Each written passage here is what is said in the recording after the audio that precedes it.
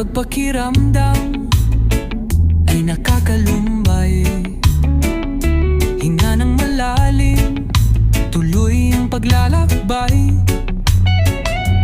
Ang biyaya ay darating, huwag mag-alala.